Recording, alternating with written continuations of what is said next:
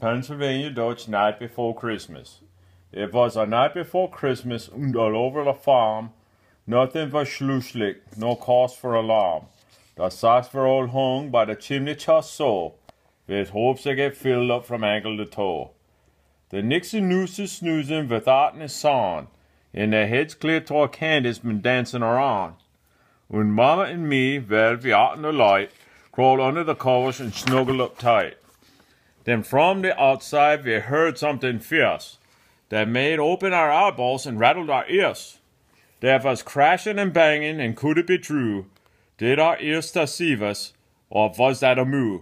Then off to the window we ran in the dark. Kicked the dog accidental, he started to bark. When we looked through the window, coming in through the gate, it wasn't un movie saw, it was it. 4 cars, 4 steers, they were harnessed somehow, and were dragging behind them an old-fashioned plow. And there just behind it, as sour as a pickle, was a fella we knew had to be the Belsnickel. He wiggled that plow to keep going on course. I think he'd done it better if he'd had a horse. So dropping and slow, these 8 dummers did run, and they growled and grumbled and yelled at each one. Not Jackie, not Becky, not Rachel Josiah, on Minnow, on Sarah, Esther Obadiah. And watch where you're going, there's nothing unwiser than stamping your hoofs into stray fertilizer. They got through the barnyard without any hitch, and the Belsnickel grumbled and he raised a big switch. Climb up on that roof now, and you make it snappy. You don't want to make me no more unhappy. Mocked off on that trellis, then off to the porch roof, and don't get no ivy vines caught in your hoof. I'll get awful grishlick if you make me fall, so clamber up, clamber up, clamber up all. Like the chickens all look when they're trying to try, or the mess kids are making when shoes they're tying. So clumsy they climbed up an inch with each moo, but somehow they made it, it wonders me too.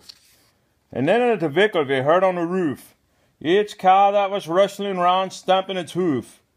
The cracks of the roof timbers filled our ears, 'cause it just wasn't built for 4 cars and 4 steers. By now all the kiddies had run in a room, frightened by all those cracks and those booms. To tell them what happened I was going to begin, when Chomp and Chisui the ceiling fell in. Down came the Belsnickel plopping our bed, a few shingles making down right in his head. And when we looked through the hole in the ceiling, was just a little bit worried we were feeling.